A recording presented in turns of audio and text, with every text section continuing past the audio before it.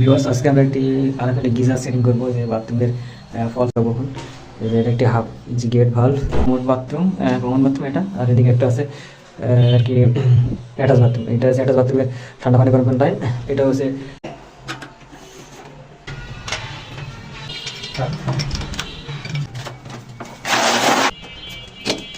এটা হচ্ছে কি এসএস এর লিক পাইপ। তো এটা আমরা গিজারের এসে ইনে দেবো। এটা হচ্ছে প্রেশার ভাল্বের গরম পানি দিতে এখানে দেখো। এটা হচ্ছে আমাদের বাথরুমের, এটার সাথে গরম পানি লাইনটা সেটিং হবে। তো আমরা আগে এটা সেট করবো।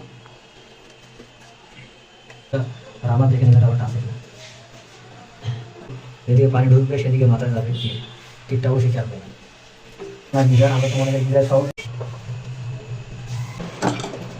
এখন গরম পানির সে আগে মাপটা দেখে নেবে, কোন মাপে দিলে ভালো হবে সেই মাপে লাগাবে। গরম পানি